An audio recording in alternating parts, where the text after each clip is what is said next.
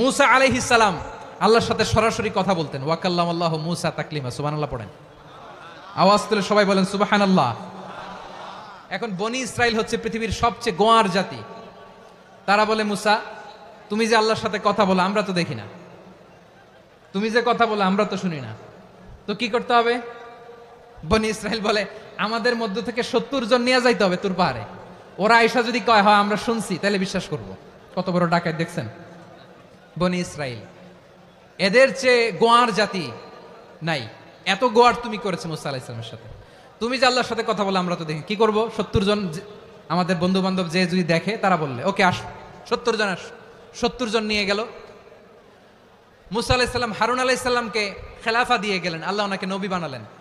মুসা আলাইহিস সালাম বললেন, হারুন খবরদার, বনি ইসরাইলের মধ্যে তাওহীদের বাণী প্রচার করবা, ঐক্য ধরে রাখবা, বিচ্ছিন্ন হতে দিবা না। চলে গেছে। এইদিকে বনি ইসরাইলের এক দুষ্ট লোক ছিল, নাম সামিরি। কি নাম? সামিরি। সে সবাইরে বলল তোমাদের স্বর্ণগুলো ফালাও। স্বর্ণগুলো ফেললো, বনি ইসরাইলের স্বর্ণগুলোকে গলিয়ে সে একটা গরুর বাচ্চা বানালো। গোবৎস। কিসের বাচ্চা? দেখেন গরুর পূজা কিভাবে শুরু হয় পৃথিবীতে প্রথম। গোবৎস পূজা, গরুর বাচ্চার পূজা কিভাবে। সে স্বর্ণ গলি গরুর বাচ্চা করে, জিবরাইল আলাইহিস সালাম যে জমিনে এসেছিলেন, ওই ফেরেশতার পায়ের নিচের একটু মাটি সে বুদ্ধি করে প্যাকেটে রেখে দিছিল। সে গরুর বাচ্চা বানায় স্বর্ণ দিয়ে গলিয়ে ওই মাটি এটার মধ্যে ঢুকাই দিছে ভেলকি দেওয়ার জন্য। স্বর্ণ দিয়ে বানানো গোবৎস গরুর বাচ্চার গায়ে যখন সেই মাটি ছুঁড়ে দেয়া হলো, এখন বাছুরের ভেতর থেকে ভ্যাঁ ভ্যাঁ আওয়াজ আসতেছে। কি আসতেছে? সবাই তো অবাক। সামিরি বলে, আরে তোমরা যে 70 জন দিয়ে মুসা আলাইহিস সালামরে পাঠাইছো, ওইদিকে এত ঘুরতেছে, আল্লাহরে খুঁজে পায় না, আল্লাহ তো এটার ভিতরে ঢুকছে। নাউজুবিল্লাহ বলবেন না? তোমরা যে 70 জন দিয়ে পাঠাইলা, 70 জন নিয়ে মুসা আলাইহিস সালাম খালি ঘুরতেছে, আল্লাহরে পায় না। পাবে কেমনে? আল্লাহ তো, নাউজুবিল্লাহ, এটার ভিতরে সেজদা দাও। এই সেজদা দিয়ে গেল। আল্লাহর নবী হারুন আলাইহিস সালাম বললেন, খবরদার, এটা সুস্পষ্ট শিরক। আল্লাহ সব গুনাহ মাফ করে, শিরকের গুনাহ মাফ করে না, খবরদার তোমরা থামো। কে শোনে কার কথা? হারুন আলাইহিস সালাম বললেন, খবরদার, এই শিরকি কাজে তোমরা সংযুক্ত হয়ো না। তোমাদেরকে কি মনে নাই আমার ভাই মুসা আলাইহিস সালাম কি বলছে? আল্লাহ শিরক মাফ করে না, খবরদার শিরক করো না, আল্লাহরে ভয় করো। হারুন আলাইহিস সালাম তাদেরকে বুঝালেন, শিরক করো না, আল্লাহরে ভয় করো।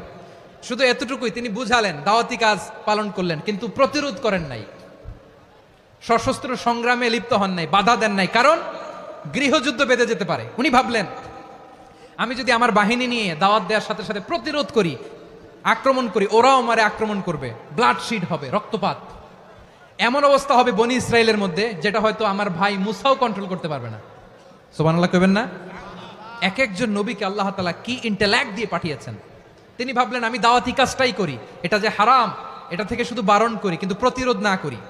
আমি যদি ঐক্য ধরে রাখতে পারি, বাকিটা আমার ভাই সামলে নেবে। সুবহানাল্লাহ। হারুন আলাইহিস সালাম প্রতিরোধ করলেন না, বনি ইসরাইলের মধ্যে গৃহযুদ্ধ বেঁধে যাওয়ার আশঙ্কায় প্রতিরোধ করলেন না, আক্রমণ করলেন না, শুধু দাওয়াত দিলেন। ইন দা মিন টাইম মুসা আলাইহিস সালাম আল্লাহর সাথে কথা বলে যখন ফিরে আসলেন, দেখলেন বনি ইসরাইলের অধিকাংশ লোক মুশরিক হয়ে গেছে। মুশরিক হয়ে গেছে। মুসা আলাইহিস সালাম রেগে গেলেন। রেগে প্রথমে বনি ইসরাইলদেরকে অ্যাটাক না করে ভাইয়ের দাড়ি ধরলেন। হারুন আলাইহিস সালামের দাড়ি আর চুল। মেজাজি নবী ছিলেন। হারুন, তুমি কি করলা? তোমার কি দায়িত্ব দিয়ে গেলাম, তুমি কি করলা? তুমি থাকতে বনি ইসরাইল কেমন করে শিরকের কাজে নিমজ্জিত হয়ে যায়?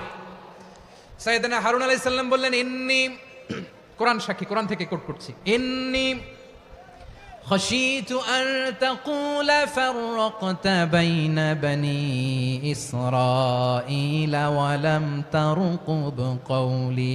ও আমার ভাই, আমার দাড়ি ধরবেন না, আমার মারবেন না। আমি ভয় করেছি, আমি ভয় পেয়েছি, না জানি আপনি বলেন তুমি কেন খাশিতু আন তাকুলা ফাররাকতা বাইনা বনি ইসরাঈল, আপনি এসে আমারে যদি বলেন তুমি কেন ঐক্য ধরে রাখলে না, কেন মারামারি হলো, কেন রক্তপাত হলো, তোমার কি এই দায়িত্ব আমি দিয়ে দিয়েছিলাম? আমার কথার দিকে কি তুমি ভ্রুক্ষেপ করো নাই? আমি যে বলছি তাওহীদের বাণী প্রচার করবা আর ঐক্য ধরে রাখবা, আমার কথা কি শোনো নাই?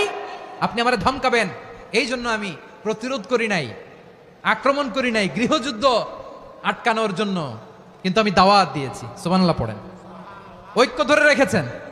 মুসা আলাইহিস সালাম মুহূর্তেই সামিরিকে আক্রমণ করলেন, অ্যাটাক করলেন, শাস্তি দিলেন।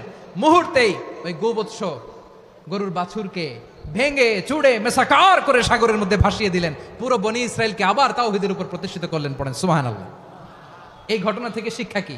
শিক্ষা হচ্ছে আপনি শিরকের আড্ডাখানা দেখলেও বৃহৎ স্বার্থে তাওহীদের দাওয়াত দিবেন, প্রয়োজনে আপনি ঐক্য নষ্ট করবেন না। সুবহানাল্লাহ পড়বেন না?